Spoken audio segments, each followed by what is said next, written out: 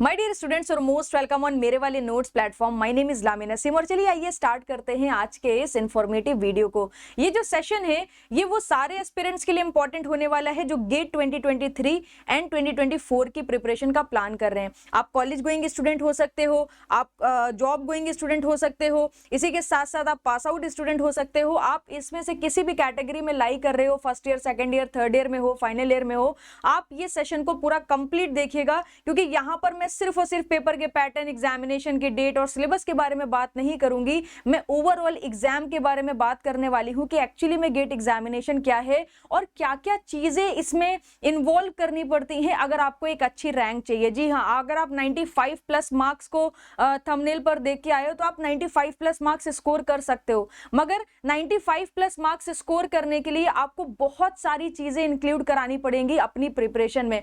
Gate examination जो है ये अपने आप में कंप्लीट जर्नी है, 1 ईयर की, 1.5 ईयर की और 2 ईयर की। ये डिपेंड करता है कि आपने किस दिन से प्रिपरेशन स्टार्ट करी है, मगर 1 साल से कम टाइम तो कभी भी नहीं लगता है। मिनिमम 1 ईयर की स्ट्रैटेजी लेके तो आपको चलना ही पड़ता है क्योंकि जो हमारा इंजीनियरिंग का सिलेबस है वो खुद में इतना बड़ा सिलेबस है कि 7 to 8 मंथ्स हमें लग जाते हैं उस पूरे सिलेबस को डिटेल में डीपली कंप्लीट करने में।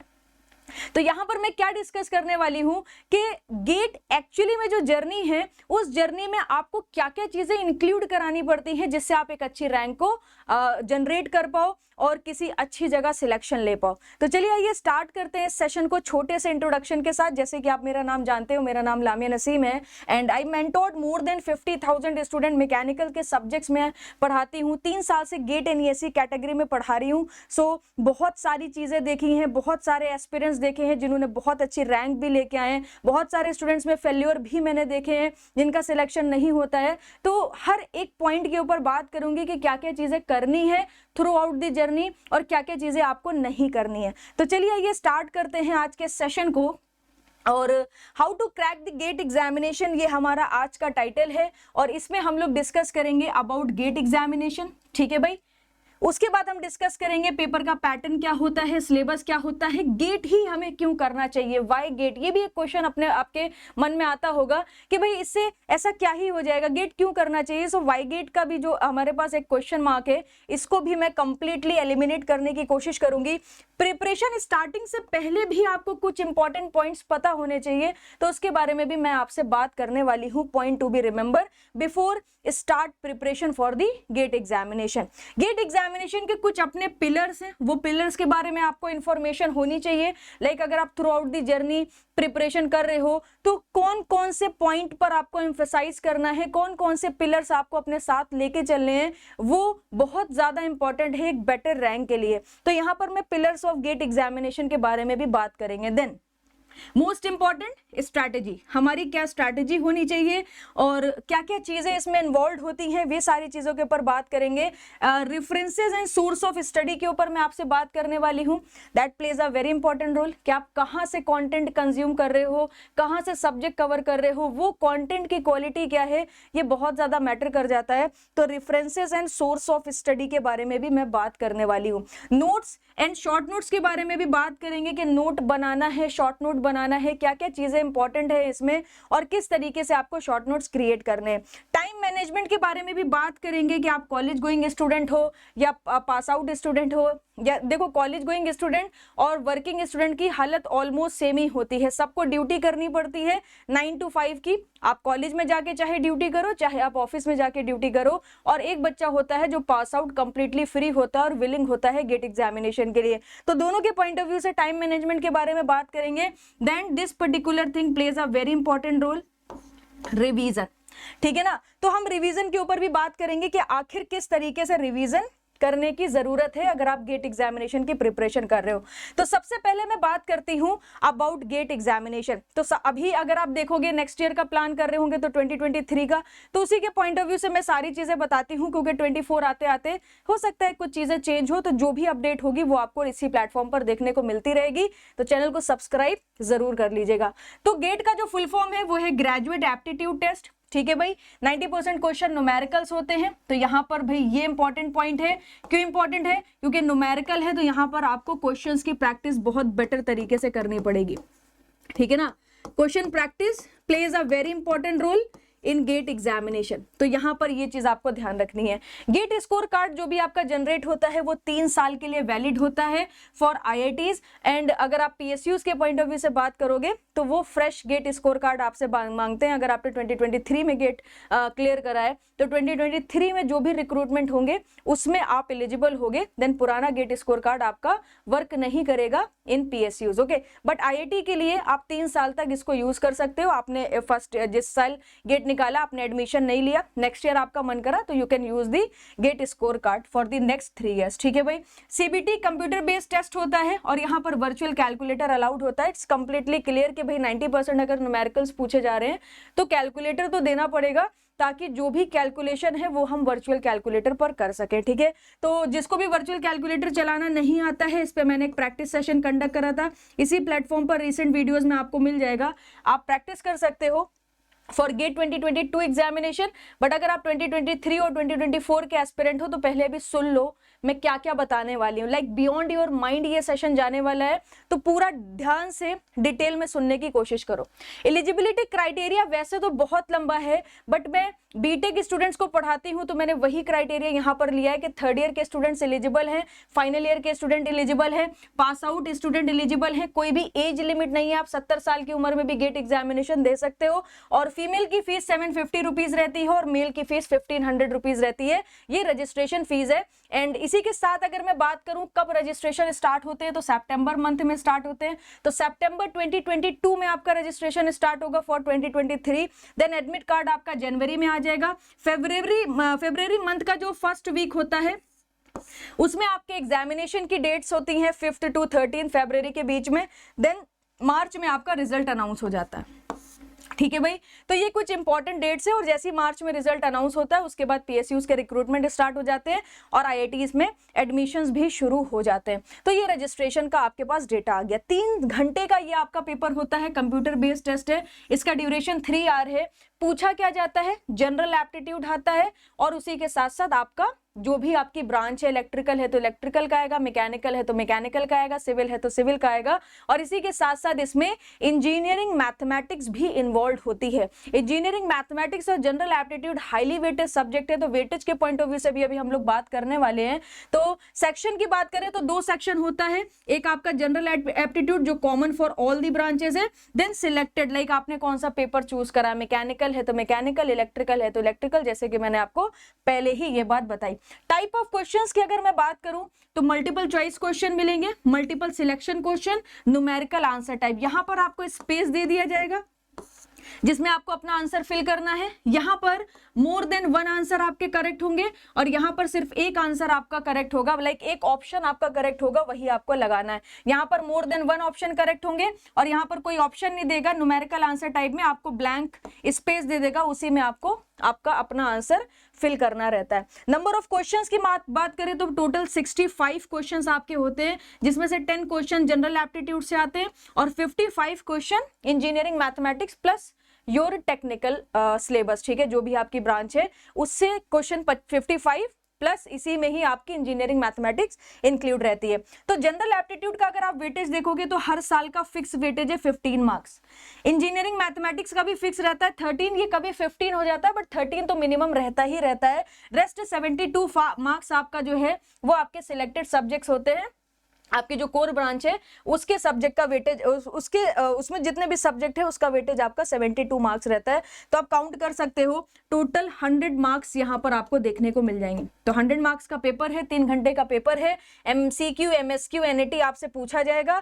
तो इसी के पॉइंट ऑफ व्यू से आपको अपनी जर्नी में आगे बढ़ना है। ठीक है ना। अब निगेटिव मार्किंग की बात कर लेते हैं। गेट एग्जामिनेशन क्यों और ज्यादा टफ हो जाता है, क्योंकि यहाँ पर निगेटिव मार्किंग होती है। भाई जो नहीं आ रहा था, ठीक है, उसके तो मार्क्स गए, मगर जो आ रहा था उसमें अगर कोई गलत ऑप्शन टिक कर दिया तो आपके और मार्क्स कट हो जाएंगे। तो यहाँ पर देखो जो भी क्वेश्चन 1 मार्क कैरी करते हैं और 2 मार्क कैरी करते हैं, जैसे कि मल्टीपल चॉइस क्वेश्चन की बात करूं तो जो 1 मार्क कैरी करते हैं उसमें 0.33 आपका क्या होता है, मार्क्स डिडक्ट होता है, नेगेटिव मार्किंग होती है। 2 मार्क्स में क्या होगा, 66% मार्क्स आपके कटेंगे अगर आपने 2 मार्क्स का क्वेश्चन गलत करा। MSQ and numerical answer type में कोई भी नेगेटिव मार्किंग आपकी नहीं होती। अगर आपने सही करा तो फुल मार्क्स मिलेंगे, गलत करा तो कोई मार्क्स आपका कटने नहीं वाला, बट एमसीक्यू में आपके 1 मार्क में 2 मार्क में दोनों में ही आपको नेगेटिव मार्किंग देखने को मिल जाएगी। ठीक है, तो ये छोटी छोटी बातें हैं, पहले भी मैं आपसे डिस्कस कर चुकी हूं, अभी मैं आपको सिलेबस की तरफ लेके चलती हूं। तो अगर आप सिलेबस देखोगे तो इंजीनियरिंग मैकेनिक्स है, ठीक है, स्ट्रेंथ ऑफ मटेरियल हो गया, थ्योरी ऑफ मशीन हो गया, मशीन डिजाइन हो गया, फ्लूइड मैकेनिक्स एंड मशीनरी हो गया, heat transfer, RAC, thermodynamics. Then यहाँ पर देखिए manufacturing engineering, material science, applied thermodynamics, IC engine हो गया, जनरल एप्टीट्यूड हो गया, engineering mathematics and industrial engineering.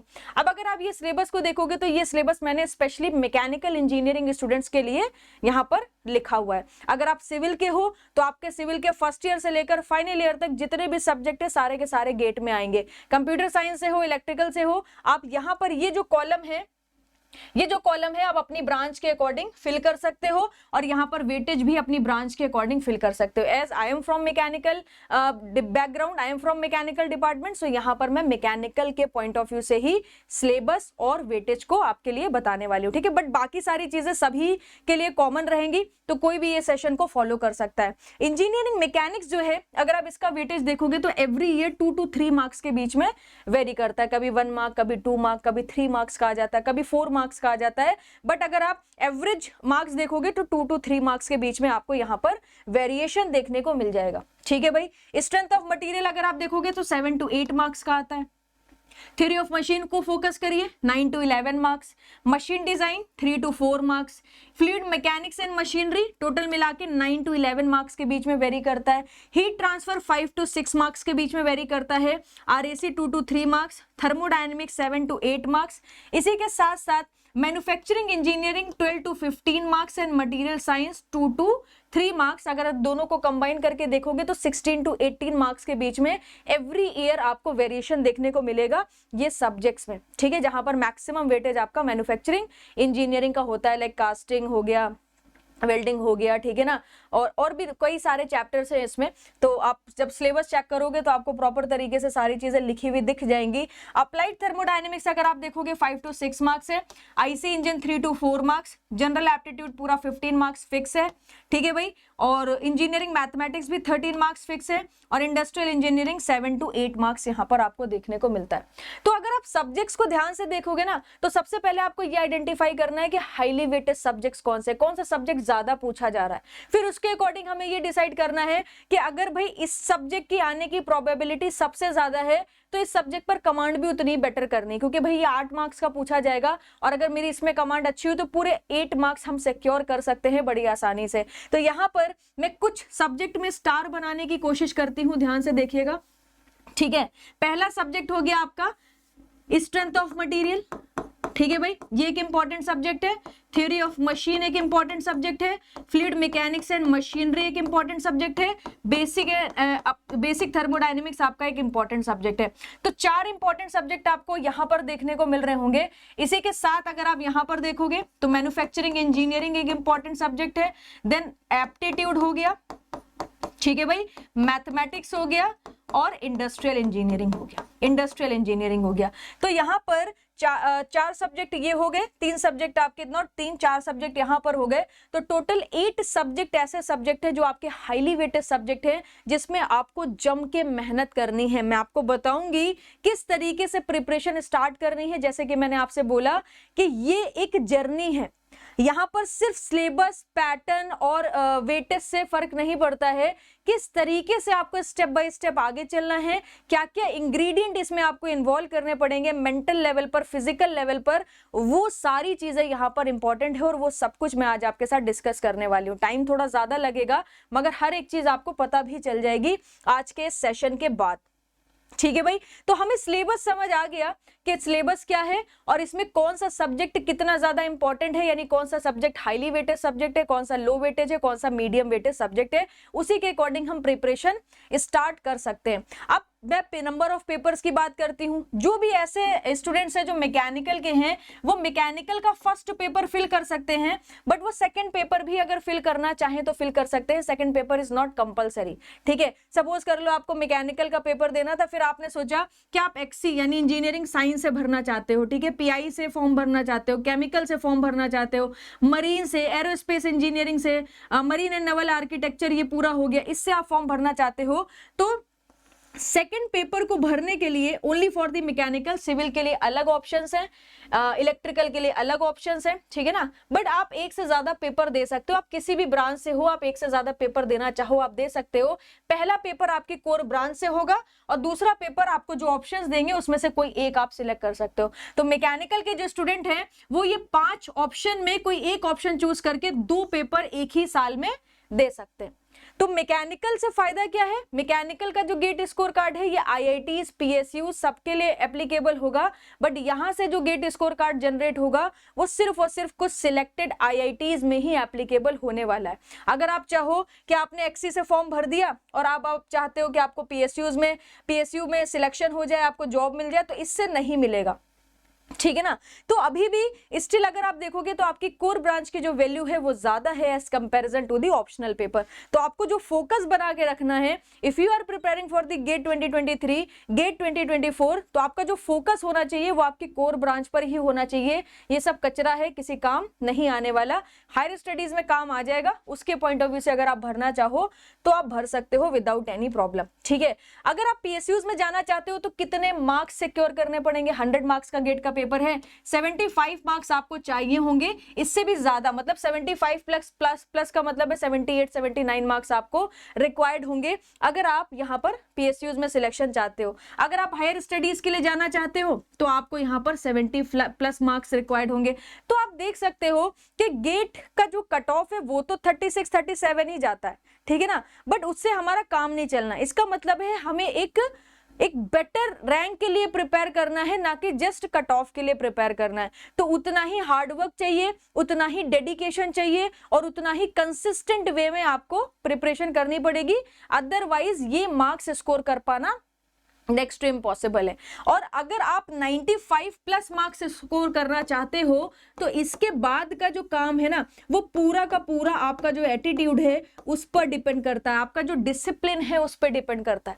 Content अगर आप देखोगे 75 प्लस मार्क्स की अगर आपने प्रिपरेशन कर ली है तो इसका मतलब है आपको ऑलमोस्ट 100% कंटेंट आ गया है, कोई दिक्कत वाली बात नहीं है। मगर अब उसको आप किस तरीके से रिवाइज करते हो, किस तरीके से आप उसको इंप्रूव करते हो, किस तरीके से आप अपनी छोटी छोटी मिस्टेक्स को आइडेंटिफाई करके एलिमिनेट करते हो, इस बात पर डिपेंड करता है आपका 95 प्लस मार्क्स।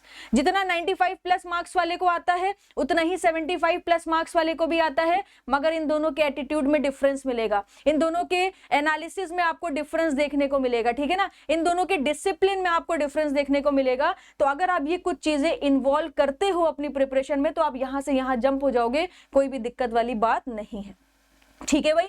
तो गेट के पॉइंट ऑफ व्यू से मैंने आपके साथ सारी इंफॉर्मेशन शेयर करी। अब मैं आपसे डिस्कस करती हूँ व्हाई गेट एग्जामिनेशन, इससे क्या क्या चीजें आपको मिल सकती हैं। देखो, सबसे पहले तो आप हायर स्टडीज के लिए जा सकते हो, एमटेक के लिए जा सकते हो। एमटेक के लिए आपके दरवाजे खुले हैं ऑलमोस्ट सारी आईआईटीज में और सारी एनआईटीज में। अगर आप अच्छे मार्क्स लेके आओगे दोनों में कहीं पर भी जाओ आपको अच्छी ब्रांच के साथ सारी चीजें देखने को मिल जाएंगी। आप थर्मल से भी एमटेक कर सकते हो, डिजाइन से भी कर सकते हो, मैन्युफैक्चरिंग से भी कर सकते हो, and there are other options also जिसके थ्रू आप एडमिशन ले सकते हो, ठीक है। IIT Delhi, IIT Bombay, Kharagpur, there are number of IITs जिसमें आप एलिजिबल होगे।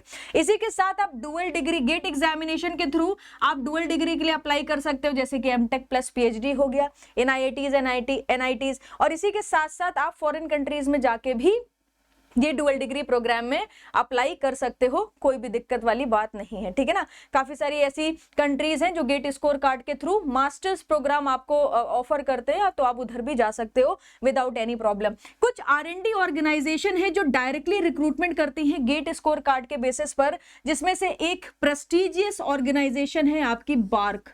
तो आप बार्क में भी इंटरव्यू के लिए एलिजिबल हो जाओगे अगर आप गेट में अच्छा परफॉर्म करोगे, और सीएसआईआर में भी आप एलिजिबल हो जाओगे अगर आप गेट में अच्छा परफॉर्म करोगे, ठीक है भाई। तो गेट के थ्रू हम सिर्फ हायर स्टडीज के लिए नहीं जा सकते हैं, जबकि आरएनडी ऑर्गेनाइजेशन में भी हमारे दरवाजे खुल जाएंगे, हमें वहां पर भी जाके जॉब कर सकते हैं। इसी के साथ साथ if you talk about PSUs, there are number of PSUs. मैंने यहाँ पर कुछ ही नाम लिखे हुए हैं, टॉप पीएसयूज के नाम हैं, जैसे कि आईओसीएल हो गया, ऑयल इंडिया लिमिटेड हो गया, एनटीपीसी हो गया, कोल इंडिया हो गया, पीजीसीआई हो गया, बीपीसीएल हो गया। ये लिस्ट काफी लंबी है, तो अगर आप गेट में अच्छा स्कोर करोगे, एक अच्छी रैंक लेके आओगे, तो आप पीएसयूज में जॉब कर सकते हो। यहाँ का पैकेज बहुत अच्छा है, लाइफ स्टाइल बहुत अच्छा है, और जितने भी आपको यहाँ पर सर्विसेज देखने को मिलती हैं, लाइक आपको जो भी सहूलियतें प्रोवाइड करी जाती हैं वो भी बहुत अच्छी हैं। तो आप थ्रू आउट द ईयर आप एक सेटल लाइफ जी सकते हो अगर आप पीएसयूज में सिलेक्शन लेते हो। तो ये सारी चीजें आपको यहाँ पर प्रॉपर तरीके से समझ आ गई होंगी कि गेट ही क्यों, गेट के थ्रू कौन कौन से दरवाजे हमारे लिए ओपन होते हैं और किस तरीके से हम अपने करियर को बहुत ही ऊंचाइयों तक लेके जा सकते हैं अगर हम गेट में अच्छा परफॉर्म करें। कितने दिनों का हार्ड वर्क करना है? अगर आप आज से अभी से शुरू करते हो तो आपको सिर्फ 14 मंथ्स का हार्ड वर्क करना है, जी जान लगा देना है फुल डेडिकेशन के साथ, और आप अपनी लाइफ बदल सकते हो 14 महीनों के बाद। ठीक है, अब ये आप पर डिपेंड करता है कि आप बदलना चाहते हो कि नहीं चाहते हो। अब आगे बात करते हैं point to be remember before starting the preparation. ये बहुत इंपॉर्टेंट है। कहीं ऐसा तो नहीं कि आप अपने फ्रेंड को देख रहे हो या अपने सीनियर को देख रहे हो गेट एग्जामिनेशन की प्रिपरेशन कर रहा था और आप भी मोटिवेट हो गए। ठीक है, कहीं ऐसा तो है नहीं कि कहीं आपने कहीं सुन लिया हो गेट के बारे में, या मेरी किसी वीडियो में देख लिया हो गेट कितना अच्छा है, चलो हम भी प्रिपेयर करते हैं। तो अगर आप इस तरीके से बिना किसी थॉट प्रोसेस के, बिना किसी गोल के इस रास्ते पर चलोगे तो ये रास्ता बहुत लंबा है। 1.5 साल तक प्रिपरेशन करना किसी भी स्टूडेंट के लिए कोई छोटी बात नहीं होती। आप 10 दिन के लिए मोटिवेट हो सकते हो, 1 महीने के लिए मोटिवेटेड रह सकते हो, 2 महीने के लिए मोटिवेटेड रह सकते हो, मगर थ्रू आउट द ईयर आपका मोटिवेशन सस्टेन कर पाए ये नेक्स्ट टू इम्पॉसिबल होगा अगर आप प्रॉपर माइंडसेट के साथ आगे नहीं बढ़ोगे। तो कुछ क्वेश्चंस मैं आपको दिखाती हूं, ये पहले आप अपने आप से पूछ लो, और आपका मन जब आपको जवाब दे दे और आपको एक पॉजिटिव जवाब देखने को मिल जाए तभी आप गेट की जर्नी में आगे बढ़िएगा। अदरवाइज दुनिया में बहुत सारे ऑप्शन हैं, इतने बड़े बड़े मिलियनेयर बिलियनेयर आज दुनिया में बने बैठे हैं, वो गेट के थ्रू नहीं बने। ठीक है, तो ऐसा मत सोचिए कि गेट ही हमारे लिए एक चाबी है हमारी सफलता की। गेट एक ऑप्शन है जिससे सफलता मिल सकती है, ठीक है ना, but this is not the only option. तो कुछ सवाल मैं आपसे पूछती हूं, पहले वो अपने माइंड में आप क्लियर करो, फिर हम डिस्कस करेंगे how to prepare for the GATE examination. अगर सारे सवालों में आप खरे उतरे तो प्रिपरेशन तक पहुंचिएगा, अदरवाइज यहीं से वीडियो आप स्किप कर सकते हो, कोई भी प्रॉब्लम वाली बात नहीं है। ठीक है, सबसे पहला क्वेश्चन आप अपने आप से करने की कोशिश करिए, why you want to crack the GATE examination. ठीक है भाई, क्यों करना चाहते हो? कोई तो मकसद होगा ना आपकी लाइफ का। Why you want to crack GATE examination. मैं गेट क्रैक करना चाहती थी क्योंकि मुझे टीचिंग लाइन में आना था। I want to do the teaching, I love to do the teaching. ठीक है ना, तो मैंने करा और मैंने सक्सेसफुली इसको अचीव करा, और आज मैं आप सभी लोगों को पढ़ा रही हूँ, अकेडमी के प्लेटफॉर्म पर भी सभी लोगों को पढ़ा रही हूँ। ठीक है, तो आप भी अपने आप से सवाल पूछो कि आप क्यों गेट को क्रैक करना चाहते हो। आप एक अच्छी लाइफस्टाइल चाहते हो, या आप पीएसयूज में जाना चाहते हो, आपको पीएसयूज का कल्चर पसंद है, या आप इसके थ्रू हायर स्टडीज की तरफ जाना चाहते हो, या फॉरेन कंट्री में जाके शिफ्ट होना चाहते हो, वहीं जॉब करना चाहते हो, हायर स्टडीज करना चाहते हो। पहले अपने गोल को क्लियर कर लो, ये सवाल खुद से पूछ के। जब आंसर मिल जाए कि आप क्यों करना चाहते हो, तो दूसरी बात ये आप मान लीजिएगा, you can score 95 plus marks. Okay, तो आपको अपने आप पर ट्रस्ट करना पड़ेगा, that is known as the belief system. एक बार आपने अपना गोल डिसाइड कर लिया और आपने अपने आप से क्वेश्चन पूछ लिया कि आप गेट क्यों क्रैक करना चाहते हो, और आपको एक हेल्दी और एक पावरफुल रीजन मिल गया बिहाइंड दी गेट एग्जामिनेशन, तो आपको इस बात पर यकीन करना पड़ेगा। दुनिया में जितने भी सक्सेसफुल लोग हैं वो पता है क्यों सक्सेसफुल है? क्योंकि उनको पता था कि वो सक्सेसफुल हो जाएंगे, मतलब उनके बैकएंड पर एक पॉजिटिव माइंडसेट था। तो जो माइंडसेट है ना, जो माइंडसेट है वो बहुत इंपॉर्टेंट रोल प्ले करता है। आपने एक बार मान लिया कि आप सक्सेसफुल हो तो आप सक्सेसफुल हो, बट अगर आपने अपनी हार मान ली कि मैं एक हारा हुआ इंसान हूं, तो कोई दुनिया की ताकत आपको जिता नहीं सकती। तो एक बिलीफ सिस्टम डेवलप होना बहुत ज्यादा जरूरी है कि आप ही दुनिया में एक ऐसे लौते स्टूडेंट हो जो 95 प्लस मार्क्स गेन करने की कैपेबिलिटी रखते हो।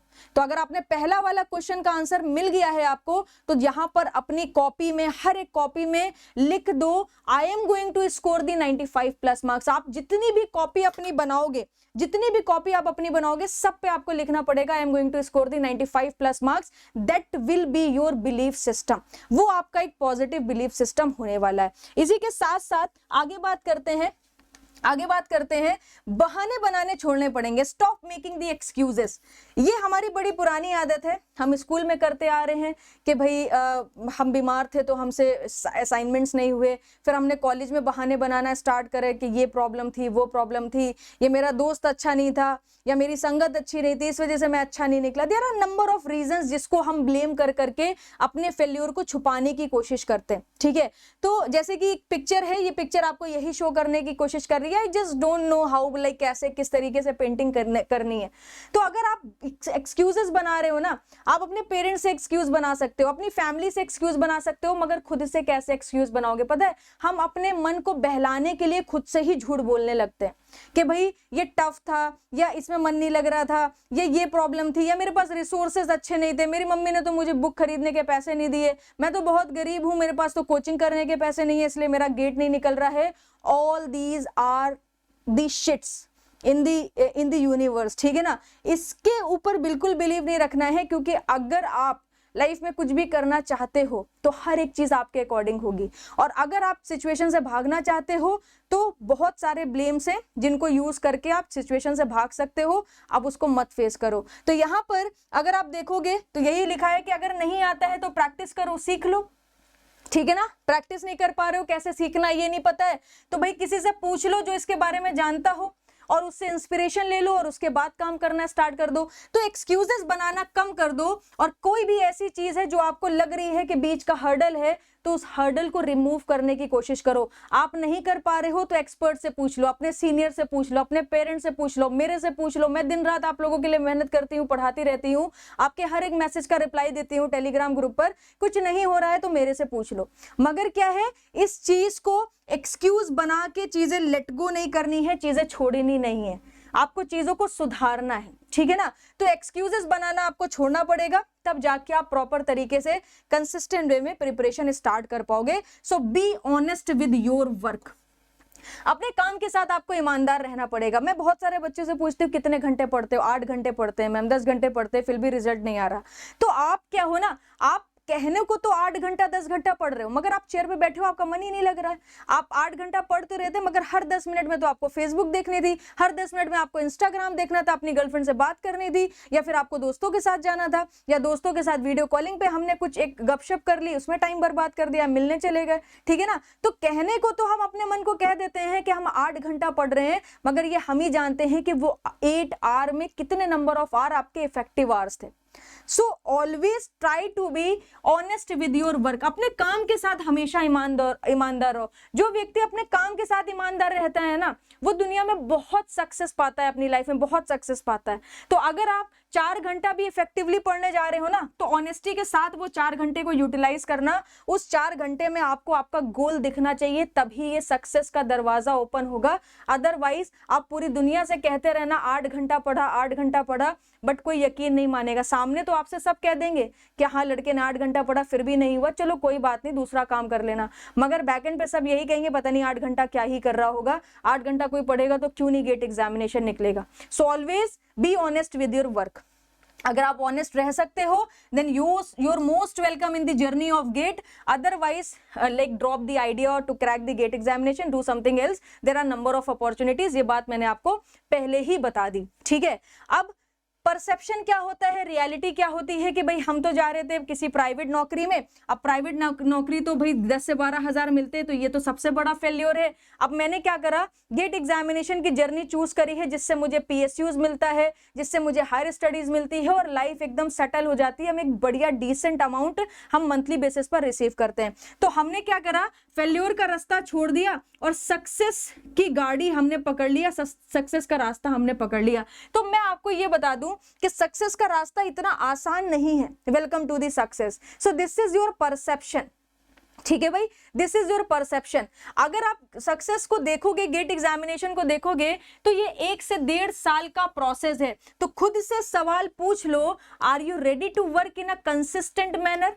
फॉर 1 और 1.5 ईयर? क्या आप 1 से 1.5 साल तक कंसिस्टेंट वे में पढ़ाई कर सकते हो? अपनी सारी हॉबीज को छोड़ के, अपने फ्रेंड्स फैमिली फंक्शंस को छोड़ के, बहुत सारे त्याग आपको करने पड़ेंगे लाइफ में सफलता पाने के लिए, बहुत सारी अपॉर्चुनिटी कॉस्ट पे करनी पड़ती है। तो अगर आप पे करने की कैपेबिलिटी रखते हो तो यहां पर आप जवाब दो, otherwise just drop the idea to crack the GATE examination. अगर आप एक्चुअल गेट की जर्नी देखोगे तो वो इस तरीके से आपको देखने को मिलेगी।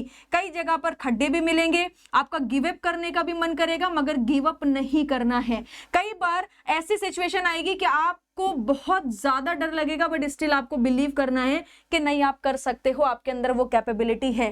कई बार मन से आवाज आ जाएगी आई कांट डू, मैं नहीं कर सकता, नहीं हो रहा है मेरे से, बट स्टिल आपको यहां पर कंसिस्टेंट वे में काम करना पड़ेगा और एक टाइम ऐसा आएगा कि आप सक्सेस तक पहुंच जाओगे। सो this is just a perception, इसके बेसिस पर बिल्कुल मत चलिएगा, ये आपकी रियलिटी है जो मैंने आपके सामने प्रेजेंट करी है।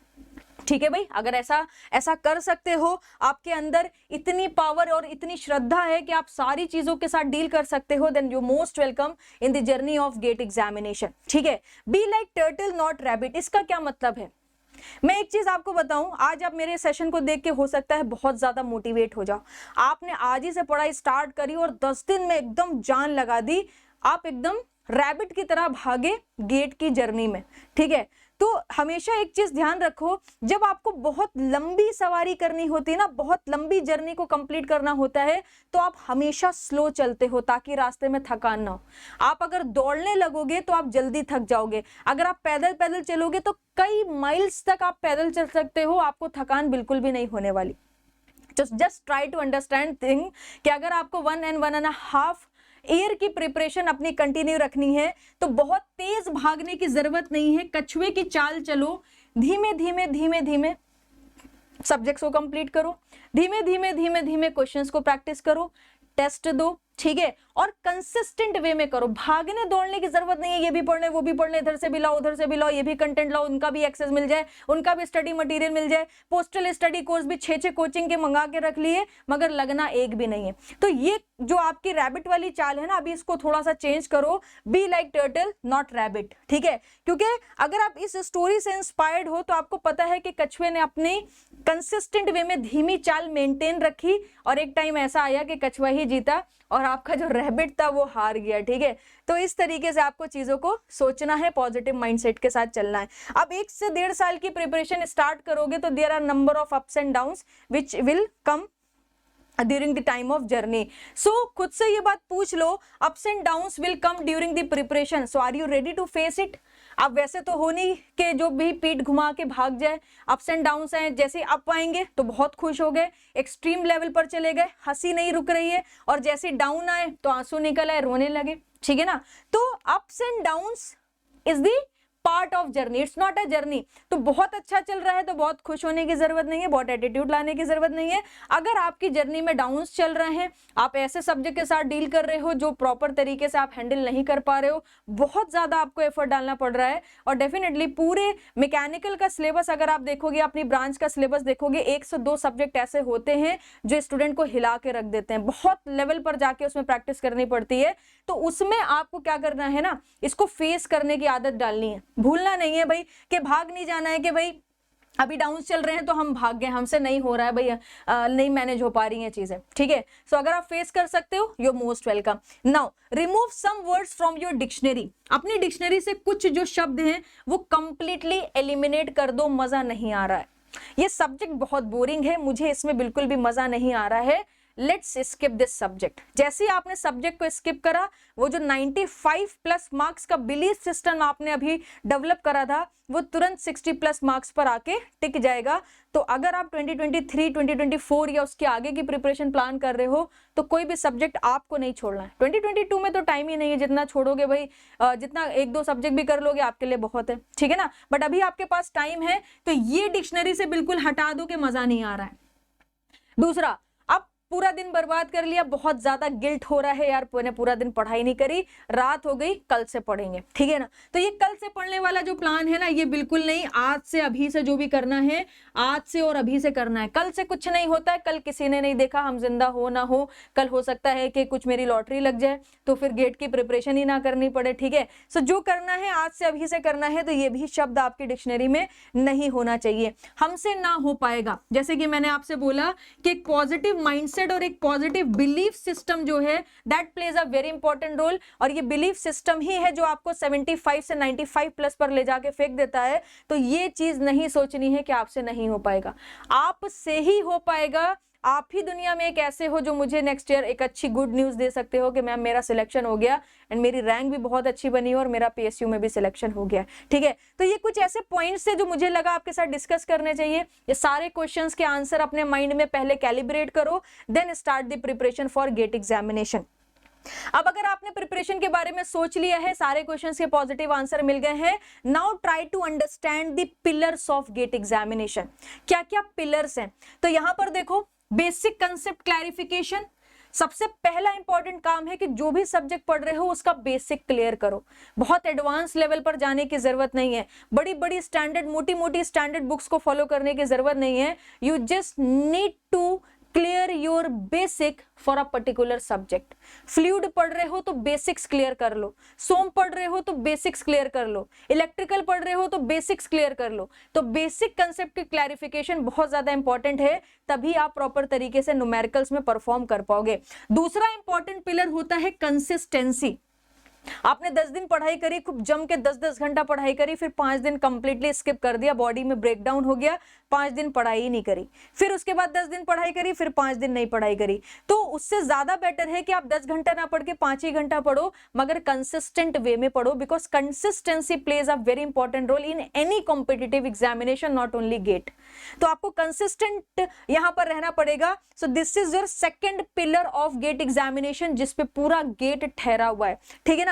नेक्स्ट हमारा क्या है, क्वेश्चन प्रैक्टिस। जैसे कि मैंने आपको बताया कि 90% आपके क्वेश्चंस आने वाले हैं, तो आपको क्वेश्चंस की जम के प्रैक्टिस करनी पड़ेगी। इसमें जो प्राइमरी टारगेट आप बनाओगे वो आप बनाने वाले हो GATE previous year questions, GATE PYQ. लोग क्या करते हैं, सब्जेक्ट पढ़ लिया, अब तो भाई हम गेट की प्रिपरेशन कर रहे हैं, इतना प्रेस्टिजियस एग्जामिनेशन है, मैम मुझे बुक बता दो कौन से बुक से प्रैक्टिस करनी है। अरे भैया पहले तो प्रीवियस ईयर के क्वेश्चन लगा लो, क्योंकि 60% तो यही कंसेप्ट सारे रिपीट होने हैं। एवरी ईयर अगर आप पेपर देखोगे तो उसमें से 60% तो पिछले 10 साल के पेपर के अकॉर्डिंग ही पेपर क्रिएट करा जाता है। क्वेश्चन भले ही रिपीट नहीं होते, बट कंसेप्ट तो बार बार रिपीट हो रहा है ना। तो सबसे पहला टारगेट आपका क्या है, गेट के प्रीवियस ईयर क्वेश्चन लगाने हैं। जब तक ये ना लग जाए, इसको आप ना रट लो, ना ऐसे क्वेश्चन हो जाए कि रात में उठा के भी क्वेश्चन का सॉल्यूशन पूछ लिया जाए, तो आपको पता होना चाहिए, आप आंसर देने के लिए कैपेबल होने चाहिए।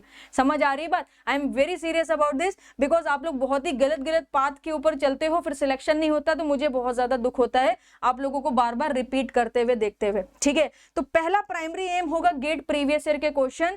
फिर सेकेंडरी एम आपका होगा जो कोचिंग इंस्टीट्यूट से उनकी बुकलेट्स लगाना, उनकी वर्कबुक को सॉल्व करना, क्योंकि उन्होंने आपके काम को पहले से आसान करके रखा है। उनकी वर्कबुक के क्वेश्चन देखोगे तो उन्होंने 5-6 किताबों से सवाल निकाल के सब अपनी बुकलेट में छाप दिए, अब बुकलेट बेच रहे हैं।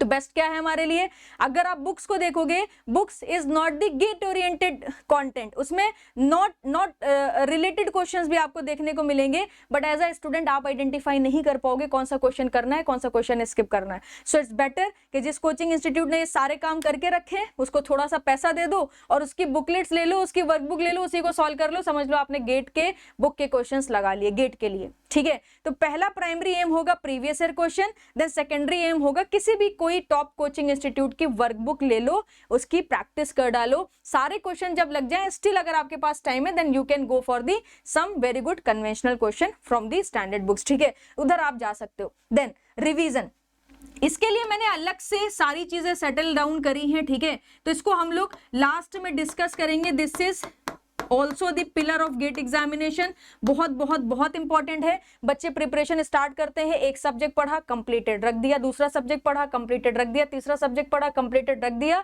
और पीछे भूलते जाते हैं, आगे नया पढ़ते जाते हैं, पीछे भूलते जाते हैं, आगे नया पढ़ते जाते हैं। जब नवंबर दिसंबर पर पहुंचते हैं फिर बोलते हैं मैंने 3 महीने पहले जो सब्जेक्ट पढ़ा था मुझे याद नहीं आ रहा है, अब मैं ऐसा लग रहा है कि एकदम भूल गया हूँ, थोड़ा थोड़ा बस याद है। ठीक है, तो ऐसा नहीं करना है। इसके लिए मैं आपको साइंटिफिक वे समझाने वाली हूँ कि ऐसा क्यों होता है स्टूडेंट्स के साथ, कि जब वो आगे सब्जेक्ट में बढ़ते जाते हैं तो पिछला भूलते क्यों जाते हैं। ठीक है ना, तो कंप्लीटली डिटैच नहीं होना है आपको सब्जेक्ट से। Revision is also one of the pillar of GATE examination, then motivation.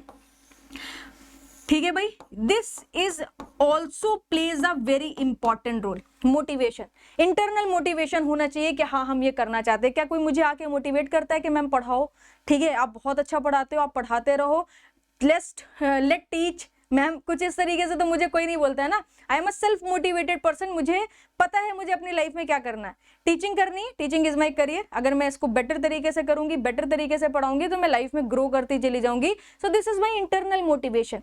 मुझे किसी भी आज के प्रेजेंट टाइम पर मुझे किसी भी दुनिया के मोटिवेटर की रिक्वायरमेंट नहीं है, किसी मोटिवेशनल स्पीकर की जरूरत नहीं है, किसी की भी जरूरत नहीं है। I am a self motivated person. जब मेरी लाइफ में डाउन्स आते हैं मैं तब भी इसी इंटेंसिटी के साथ काम करती हूँ, अप्स आते हैं तब भी इसी इंटेंसिटी के साथ काम करती हूँ। अपने बिहेवियर में कंसिस्टेंसी मैंने मेंटेन करके रखी है। ठीक है, तो आपको भी इंटरनल मोटिवेशन की रिक्वायरमेंट होगी, एक सॉलिड रीजन। जैसे कि मैंने बोला ना, सबसे पहला क्वेश्चन पूछो कि आप क्यों क्रैक करना चाहते हो, तो वहां से आपको एक सॉलिड रीजन मिलेगा कि हाँ इसकी वजह से क्रैक करना चाहते हैं। वही आपका इंटरनल मोटिवेशन का काम करेगा, जो थ्रू आउट द ईयर आपको मजबूर करेगा कि आप पढ़ाई करो पढ़ाई करो पढ़ाई करो। ठीक है भाई, तो ये कुछ पिलर्स हैं जो आपको थ्रू आउट द जर्नी याद रखने हैं। जैसे ही आप प्रिपरेशन स्टार्ट कर दोगे, आपको अपनी बेसिक कंसेप्ट की क्लैरिफिकेशन को पकड़ के रखना है, आपको अपनी कंसिस्टेंसी को पकड़ के रखना है, आपको क्वेश्चन प्रैक्टिस रेगुलर बेसिस पर करना है, आपको रिवीजन रेगुलर बेसिस पर करना है, और यही सारी चीजें आपको मोटिवेशन से ही मिलने वाली। जब तक आप इंटरनल मोटिवेटेड नहीं होगे, 4 पिलर आपके हिल जाएंगे, आपकी इमारत गिर जाएगी, गेट वेट सब चला जाएगा। ठीक है ना, तो ये आपके ऊपर वाले जो 4 पिलर हैं उसको जमा के रखेगी, एकदम हिलने नहीं देगी। और अगर कभी भी डिमोटिवेशन लगे लाइफ में तो अपने सीनियर से बात करो, एजुकेटर से बात करो, अपने पेरेंट्स से बात करो, उनसे बात करके आपको फिर से मोटिवेशन मिल जाएगा। ऐसा नहीं हो सकता कि थ्रू आउट द ईयर कोई मोटिवेटेड रहे। लाइफ में ऐसा जरूर होगा, मोटिवेटेड हो फिर एक टाइम ऐसा आया डीमोटिवेशन है, फिर मोटिवेटेड हो फिर डीमोटिवेशन है। तो यहाँ पर जब इस फेज में होना तो जरूर किसी ऐसे अच्छे इंसान की सहायता लेना, हेल्प लेना, जो आपको डीमोटिवेशन के टाइम पर एक मॉरल सपोर्ट दे सके, जिससे आप इससे ओवरकम कर सको। ठीक है, तो ये कुछ पिलर्स हैं जिसके बारे में आपको ध्यान रखना है। जैसे कि मैंने आपको बताया कि ये गेट का सिलेबस है। अब बात करते हैं कि प्रिपरेशन को किस तरीके से स्टार्ट करना है। मैं ये मान के चल रही हूँ कि आप बिगिनर हो, ठीक है ना, आपको अभी कुछ भी नहीं आता, एकदम जीरो से स्टार्ट करना है। तो हमेशा ध्यान रखो, अगर आप जीरो से स्टार्ट करने जा रहे हो, पहले आप अपने सिलेबस को पूरे अच्छे से पहचान लो, जान लो। Maths, apti, mechanics, strength of material, machine design, theory of machine, engineering material हो गया, प्रोडक्शन हो गया, IMNOR हो गया, बेसिक थर्मोडायनेमिक्स, पावर प्लांट हो गया, heat transfer, fluid mechanics and hydraulic machine.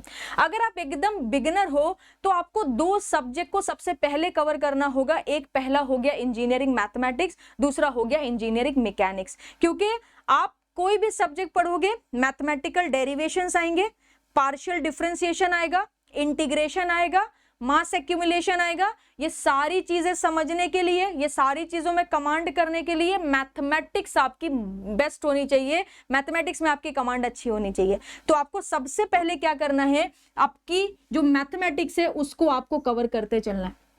ठीक है भाई, एक बार आपकी मैथमेटिक्स कवर हो गई, then go for one technical subject engineering mechanics. कोई भी सब्जेक्ट पढ़ोगे फोर्स की बात होगी, कोई भी सब्जेक्ट पढ़ोगे इक्विलिब्रियम कंडीशंस की बात होगी, मोमेंट की बात होगी, तो ये सारी चीजें आपका इंजीनियरिंग मैकेनिक्स कवर करा देगा। ठीक है भाई, तो पहले आपको टारगेट करना है मैथमेटिक्स को, और फिर उसके बाद आपको टारगेट करना है एक टेक्निकल सब्जेक्ट। अब आपको क्या करना है, आप अपने सब्जेक्ट्स को देखोगे तो 3 तरह के सब्जेक्ट, यानी 3 तरह के आपको वैरायटी देखने को मिलेगी। पहली वैरायटी होती है आपकी डिजाइन की। ध्यान से समझो मैं क्या समझाने जा रही हूं। डिजाइन के सब्जेक्ट होंगे, थर्मल के सब्जेक्ट होंगे, और आपके प्रोडक्शन से रिलेटेड सब्जेक्ट होंगे। ठीक है ना, प्रोडक्शन से रिलेटेड सब्जेक्ट होंगे।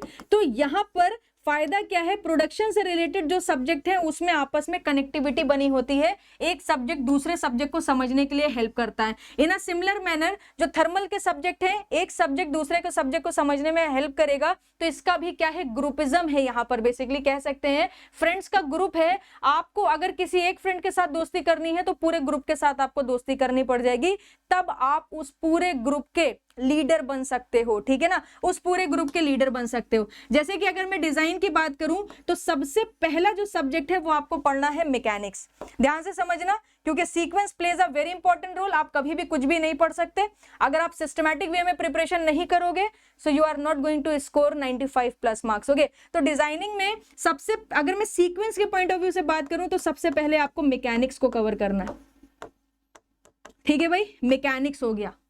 जब आपका मैकेनिक्स कवर हो जाए देन आप स्ट्रेंथ ऑफ मटेरियल पर ढाबा बोलो, क्योंकि मैकेनिक्स को समझने के बाद सॉम बहुत बढ़िया तरीके से समझ आएगी।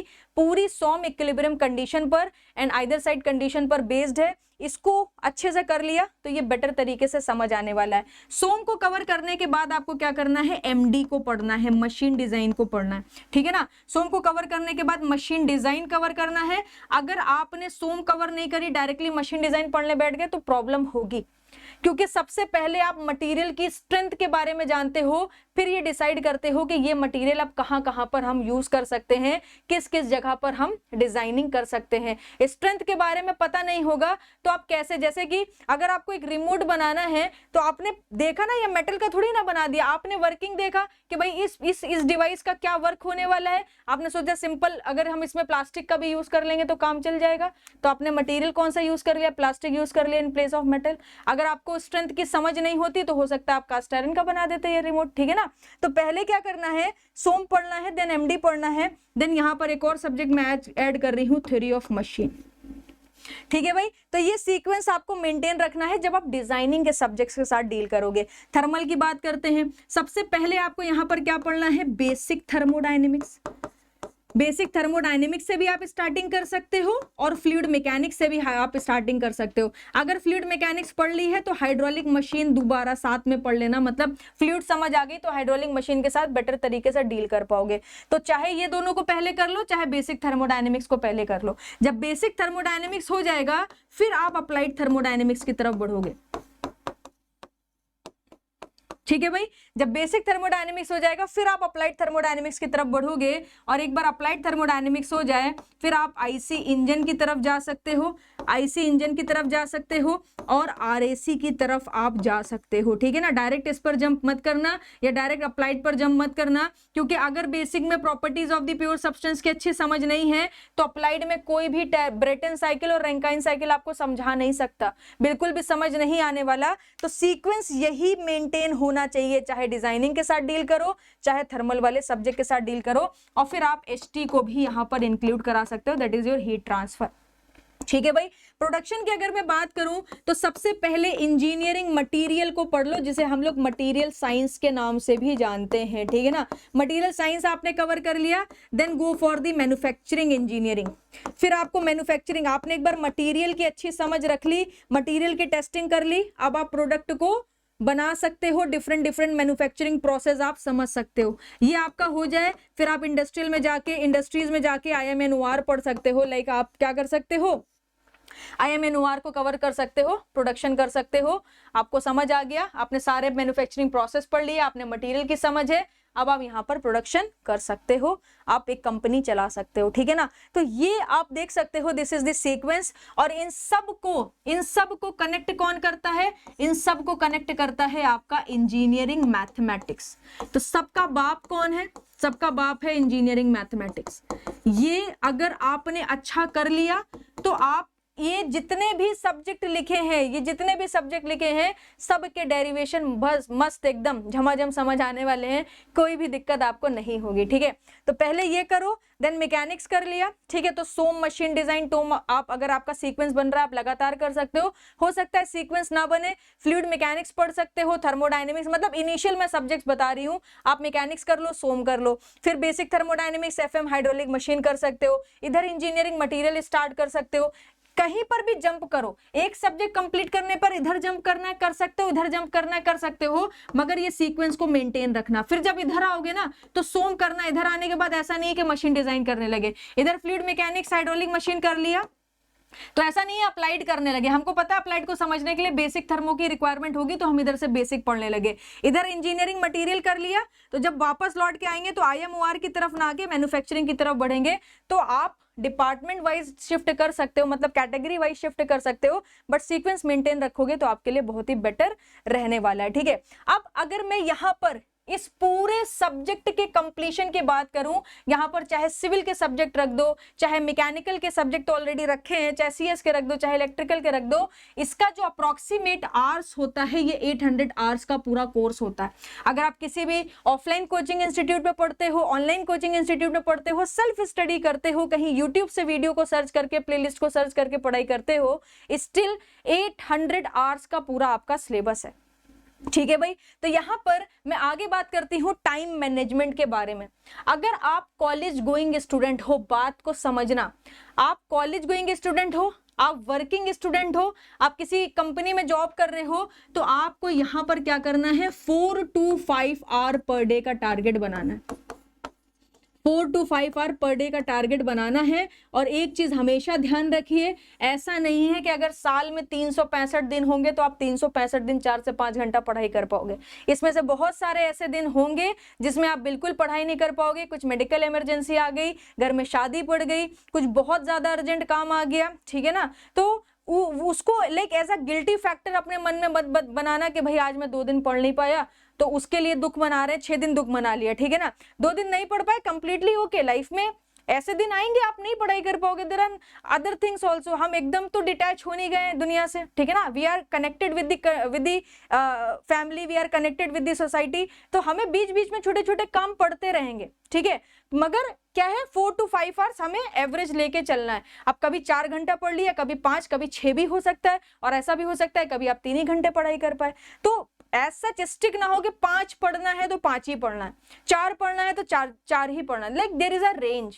कभी 6 भी पढ़ लेंगे, कभी 3 घंटा भी पढ़ लेंगे, कभी 4 भी घंटा पढ़ लेंगे। भाई असाइनमेंट बनाना है या कोई ज्यादा काम आ गया तो दिक्कत हो जाएगी। और जो भी ऐसे स्टूडेंट हो जो एकदम फ्री हो, पास आउट हो, तो वो आप क्या कर सकते हो, 7 to 8 आवर्स इनिशियल बेसिस पर आप यहाँ पर अपना टारगेट बना सकते हो कि हमको डेली बेसिस पर 6 to 8 आवर्स या 7 to 8 आवर्स, यहाँ पर 6 to 8 आवर्स लिख देते हैं, चलो 6 घंटे से लेकर 8 घंटे के बीच में आपको अपनी पढ़ाई कंसिस्टेंट वे में मेंटेन रखनी है। अब सबसे पहले इस बात को समझो कि 800 आवर्स का अगर कोर्स है, ठीक है ना, अगर 800 आवर्स का कोर्स है, तो अगर हम सपोज कर लो मैं मिनिमम टाइम लेके चलती हूं कि आपने 4 आवर पर डे पढ़ाई करी, 5 घंटा पढ़ लिया बहुत अच्छी बात है, 8 घंटा पढ़ लिया बहुत अच्छी बात है, अगर मिनिमम टू मिनिमम भी 4 का एवरेज लेके चलोगे ना, तो फर्स्ट ट्राई टू आइडेंटिफाई कि कितने दिन लगने वाले हैं, कितने महीने लगने वाले हैं इस पूरे सिलेबस को कंप्लीट करने के लिए।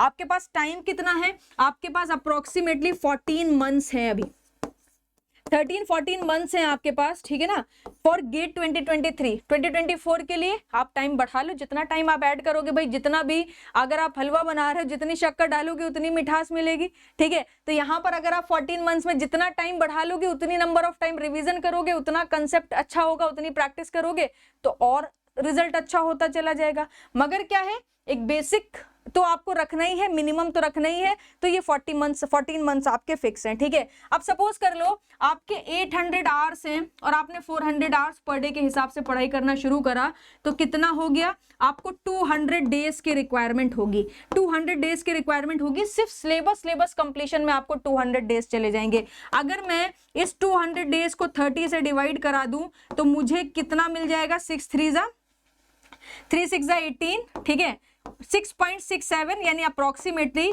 हम 7 मंथ काउंट कर लेते हैं, 7 मंथ काउंट कर लेते हैं, क्योंकि इसमें से कुछ दिन ऐसे भी होंगे जिस दिन आप पढ़ाई नहीं कर पाओगे, ठीक है। तो आप देख सकते हो कि 7 मंथ तो आपको चाहिए ही चाहिए सब्जेक्ट को कंप्लीट करने के लिए। तो ये चीज आपको यहाँ पर प्रॉपर तरीके से समझ आ गई कि 14 मंथ में हमारा 50% टाइम सब्जेक्ट कंप्लीशन में चला जाएगा। तो सबसे पहले आपको क्या करना है, अपने सिलेबस को कंप्लीट करना है, ठीक है भाई, सारे सिलेबस को कंप्लीट कर लीजिए। देन बचा हुआ जो हमारे पास 7 मंथ होगा, अच्छा आपके पास एक क्वेश्चन होता है ना, how to start the preparation, then start the preparation with engineering mathematics and engineering mechanics. अब इसके बाद कोई लाइक मिनट वाइज स्ट्रेटेजी किसी के पास नहीं होती है। अब ये 4 घंटे आपको दिन में पढ़ना है कि रात में पढ़ना है कि दोपहर में पढ़ना है कि कब पढ़ना है, डिसाइड करो खुद से, किसी से पूछने की जरूरत नहीं है।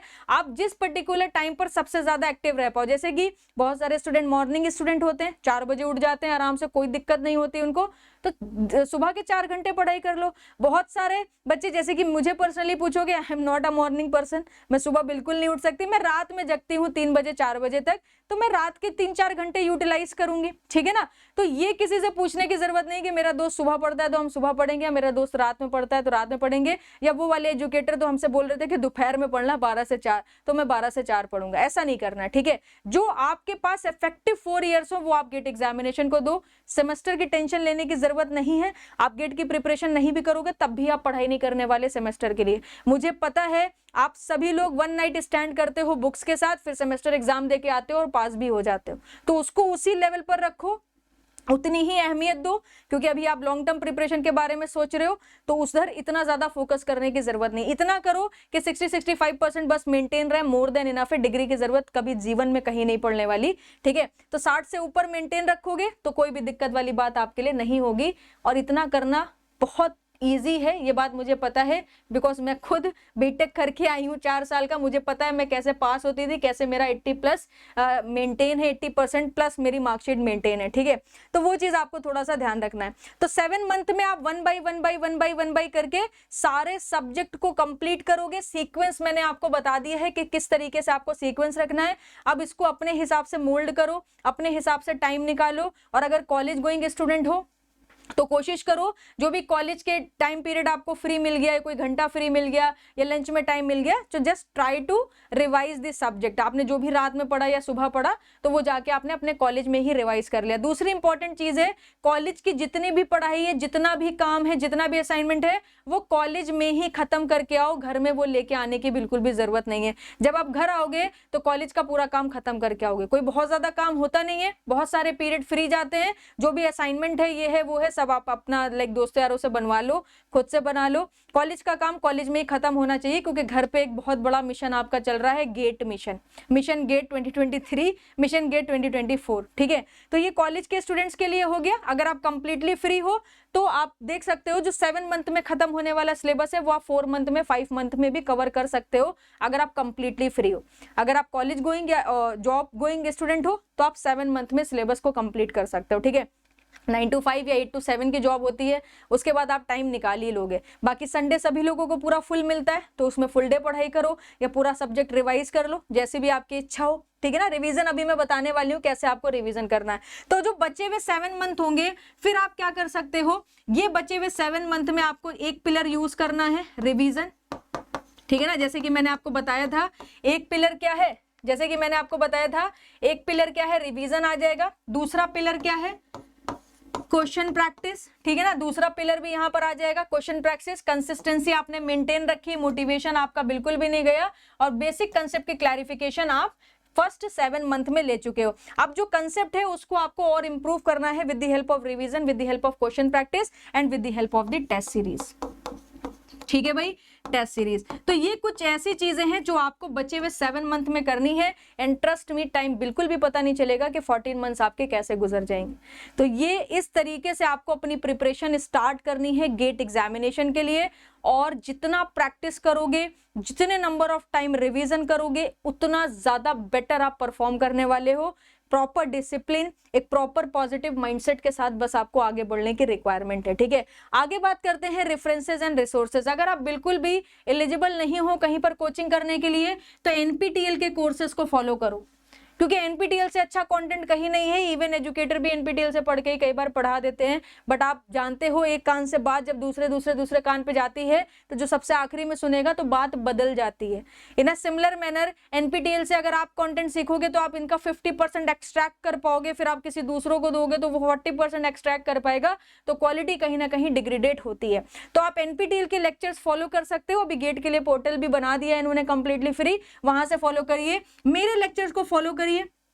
मैं बहुत सालों से गेट के फील्ड में पढ़ा रही हूँ, आई नो किस तरह का कंटेंट है, और मेरा कंटेंट आप रेगुलर बेसिस पर फॉलो करते हो तो आपको पता है, मुझे अपने बारे में बताने की जरूरत नहीं है what I am teaching and किस तरीके का कंटेंट आपको दे रही हूँ और किस लेवल पर एक्सप्लेनेशन उसकी रहती है। सो आप मेरे लेक्चर्स को फॉलो करिए, कमेंट सेक्शन में बताइएगा। अगर आपको पूरे पूरे सब्जेक्ट्स चाहिए तो वो भी प्रोवाइड करने की मैं पूरी कोशिश करूंगी फॉर गेट 2023 एग्जामिनेशन, ठीक है। तो पूरे फुल मेरे लेक्चर्स फॉलो करिए। बुक्स को फॉलो कर सकते हो, मगर ये सबसे लास्ट ऑप्शन होना चाहिए। यूट्यूब पर भी आप सर्च कर सकते हो, आपको काफी सारे सब्जेक्ट्स मिल जाएंगे। जैसे कि अगर मैथ से शुरुआत करनी है तो मैथ ऑलरेडी इसी प्लेटफॉर्म पर ऑलरेडी रिकॉर्डेड फॉर्म में मैंने अपलोड करके रखा है, आप जाके फॉलो कर सकते हो विदाउट एनी प्रॉब्लम, ठीक है। गेट प्रीवियस ईयर की बुक जरूर परचेज कर लो, ठीक है भाई।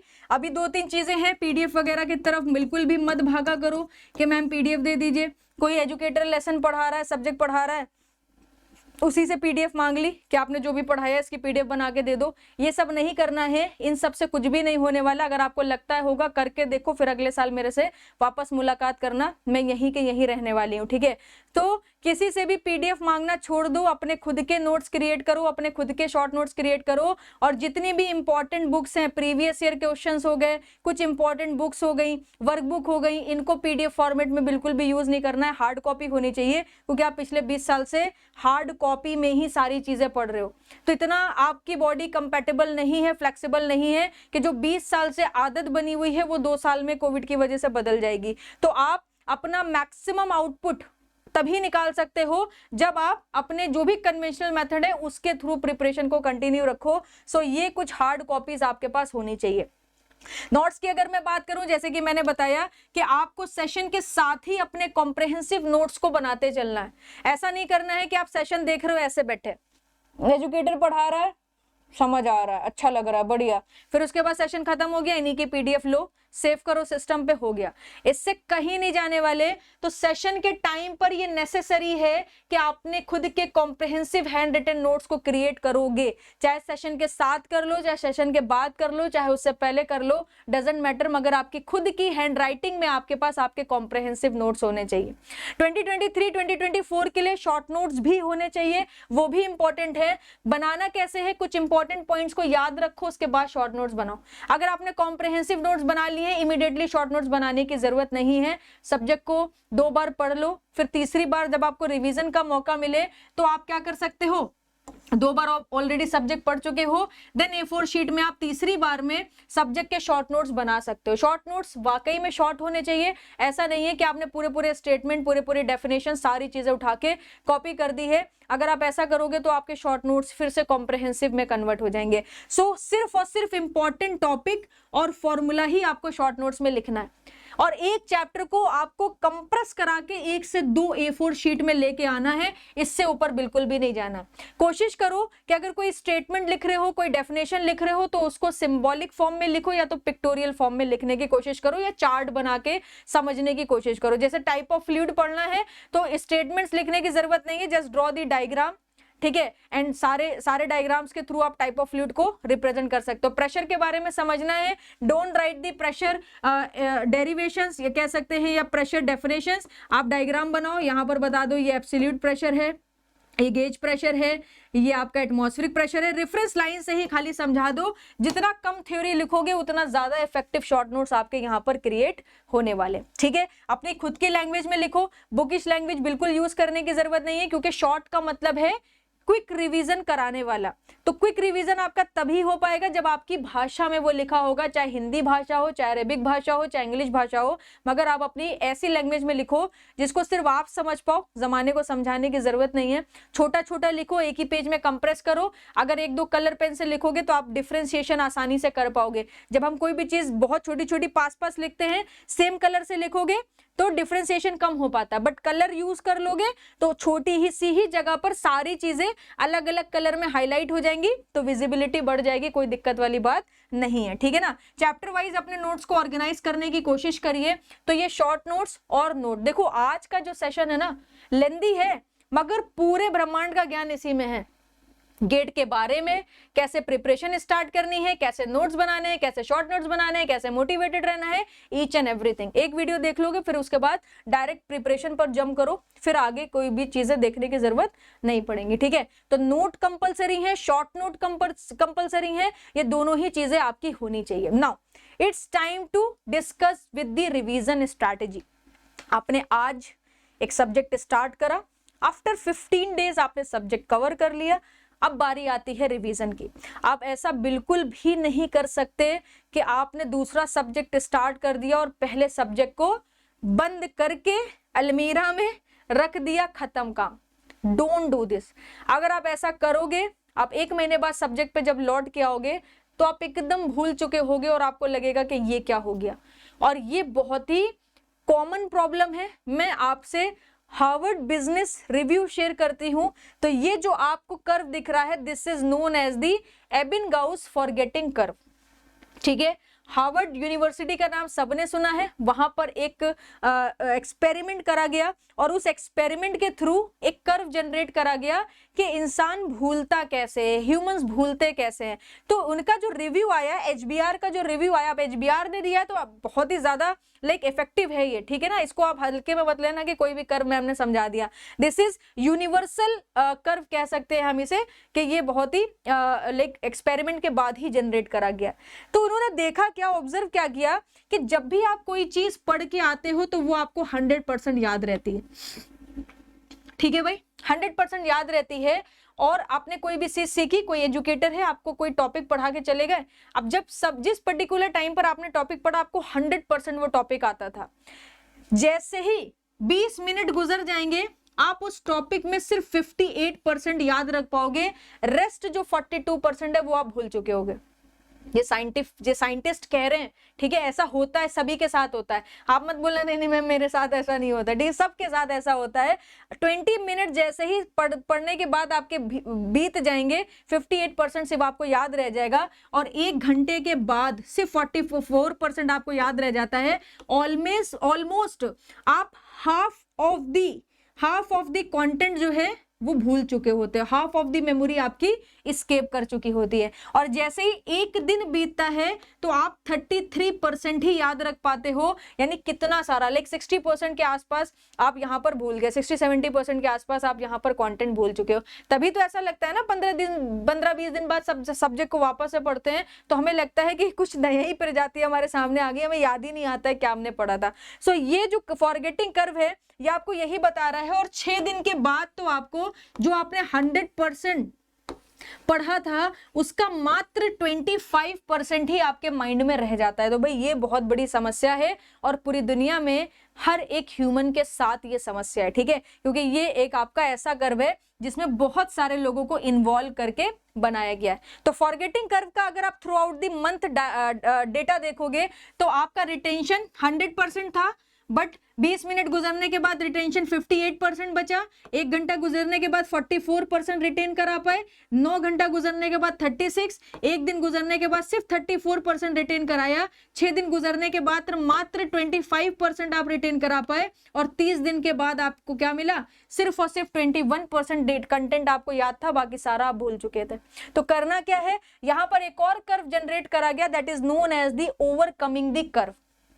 तो आपको करना क्या है, रिवीजन की आपकी क्या स्ट्रैटेजी होनी चाहिए, this is the scientific strategy, तो 100% प्रूवन है, वर्क करेगी।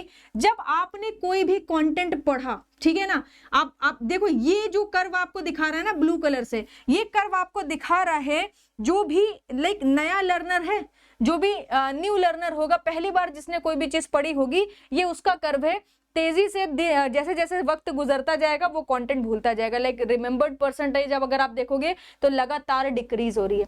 बट अगर आप क्या करो, जैसे ही आपने किसी एजुकेटर से कोई टॉपिक पढ़ा, आप वापस आए, 20-25 मिनट गुजरे, कुछ परसेंटेज आप भूले, मगर आपने इमीडिएट आफ्टर द क्लास एक रिवीजन करा तो आपका जो कर्व है उसमें एक जंप आएगा, ठीक है ना। इमीडिएटली आफ्टर द क्लास अगर आपने रिवीजन करा तो उसमें जंप आएगा, आप फिर से 100% मेमोरी पर पहुंच गए। फिर क्या होगा, फिर ये नीचे कम होना स्टार्ट होगी। जैसे ही एक दिन गुजरा था, आपने फिर से एक क्विक रिवीजन कर लिया फटाफट, ठीक है ना, फिर से क्विक रिवीजन कर लिया, तो आपकी मेमोरी डाउन हो ही रही थी, आपका रिटेंशन परसेंटेज रिड्यूस हो ही रहा था, आपने फिर से इमीडिएट रिवीजन करा तो आप फिर से 100 पर पहुंच गए। इसी तरीके से अगर आप 1 वीक, एक हफ्ते के बाद फिर से रिवीजन कर लो, तो आप भूलने ही जा रहे थे, मगर आपने फिर से एक रिवीजन करा, आप वापस से 100% रिटेंशन पर पहुंच गए। और 1 महीना और उससे पहले अगर आप रिवीजन कर लोगे तो फिर से आप 100% पर पहुंच जाओगे। तो यहां पर आप देख सकते हो, भूलने की तो वही एक जो तरीका चला आ रहा है, उसी तरीके से लोग भूल रहे हैं, मगर अगर आप कंटिन्यूअस रिवीजन करते रहोगे, so you will get the jump in your memory. तो इस तरीके से आप कंटेंट को रिटेन करा सकते हो। कोई भी चैप्टर पढ़ा, 10 मिनट लगते हैं क्विक रिवीजन करने में, पेज खोले, डेरिवेशन था, ये एक फाइनल एक्सप्रेशन था, अच्छा ये क्वेश्चन कराया था, ये थ्योरी थी, रीड कर लिया, इमीडिएट रिवीजन हो गया। नेक्स्ट डे जब क्लास दूसरी स्टार्ट करने बैठे तो 10-15 मिनट पहले बैठ गए, ठीक है ना, 10-15 मिनट पहले बैठ गए। अच्छा कल क्या पढ़ा था, सर ने ये पढ़ाया था, ये टॉपिक था, ये डेरिवेशन कराया था, अच्छा ये स्टेप थे, फाइनल एक्सप्रेशन ये था, ये क्वेश्चन कराया था, चलो इस क्लास स्टार्ट करते हैं। अब पहली क्लास कर ली, दूसरी क्लास कर ली, तीसरी क्लास कर ली, फिर एक हफ्ते के बाद देख लिया भाई क्या पढ़ाया था, फिर 1 महीने के बाद रिवीजन कर लिया। अगर ऐसे रिवीजन नहीं करोगे तो आगे पढ़ते जाओगे, पीछे भूलते जाओगे, ठीक है भाई। तो इस तरीके से आप क्या कर सकते हो, अपने गेट की जर्नी को स्टार्ट कर सकते हो। मैंने बहुत सारी बातें आपके साथ आज डिस्कस करी, बहुत लंबा डिस्कशन मैंने आपके साथ करा, ताकि आपको बहुत सारी चीजें मैं बता सकूं, समझा सकूं। तो गेट के बारे में, रजिस्ट्रेशन, सिलेबस हो गया, स्कोर कितना लेके आना है, पेपर्स कितने दे सकते हो, क्यों गेट ही एग्जाम आपके लिए है, क्या क्या बातें आपको यहाँ पर ध्यान रखनी है, ठीक है ना, कौन कौन सी चीजें हैं जो आपको अपनी लाइफ से एलिमिनेट करनी है, अपने वर्क पर ध्यान देना है, ठीक है ना, किस तरह की जर्नी आपकी होने वाली है, ठीक है। तो ये सारी चीजें हमने डिस्कस करी, क्या क्या इंपॉर्टेंट चीजें हैं जो आपको लाइफ से एलिमिनेट कर देनी है, पिलर्स क्या है गेट एग्जामिनेशन के, प्रिपरेशन कैसे स्टार्ट करनी है, सिलेबस क्या है, ये सारी चीजों के ऊपर मैंने बात करी। और आप देख सकते हो कि मिनिमम 7 to 8 मंथ आपको चाहिए होंगे सब्जेक्ट कंप्लीशन के लिए, देन उस पर कमांड के लिए भी आपके 5 मंथ्स लग जाएंगे, प्रैक्टिस, रिवीजन और टेस्ट सीरीज में, ठीक है। रेफरेंसेस शेयर कर दिए, नोट, शॉर्ट नोट्स के बारे में सारी बातें करी, और रिवीजन स्ट्रैटेजी भी मैंने आपको पूरी बता दी। अब अगर ये सेशन अच्छा लगा हो तो भाई दबा के लाइक ठोको, सारे फ्रेंड्स, सारे स्कूल कॉलेज के जो भी आपके फ्रेंड्स हैं, सबके साथ ये वीडियो मेरी शेयर हो जानी चाहिए। आपके कॉलेज में, आपके फ्रेंड्स के पास, आपके क्लास में, सबके पास एटलीस्ट एक बार ये वीडियो जरूर जानी चाहिए। इतना जरूर मेरी हेल्प करिएगा। और thank you very much for watching this session. Hope so ये आपके लिए फ्रूटफुल रहा होगा। सारी चीजें बहुत ही सिस्टमैटिक रखने की मैंने कोशिश करी है, फिर भी अगर थोड़ा फास्ट लगा हो, कंटेंट ज्यादा था, तो डेफिनेटली मैंने फास्टेस्ट वे में इस चीज को कवर करने की कोशिश करी है। तो आप थोड़ा सा स्लो कर लेना, आपको सेटिंग में ऑप्शन देखने को मिल जाएगा। अगर आपके माइंड में कोई और कंफ्यूजन है, क्वेश्चन है, कमेंट सेक्शन में लिखना बिल्कुल भी मत भूलना। और भाई आपका स्वागत है, आप नेक्स्ट टॉपिक भी मुझे सजेस्ट कर सकते हो कि और किस टॉपिक पर आपको वीडियो चाहिए। So thank you very much, good bye, take care. Now start your preparation for GATE 2023 and 2024। I am with you. अगर आपको कंटेंट से रिलेटेड, वीडियो से रिलेटेड, अगर आपको किसी भी तरह की कोई हेल्प चाहिए, डिस्क्रिप्शन बॉक्स में आपको टेलीग्राम ग्रुप का लिंक देखने को मिल जाएगा, आप वहां से जाके ज्वाइन कर सकते हो। Thank you.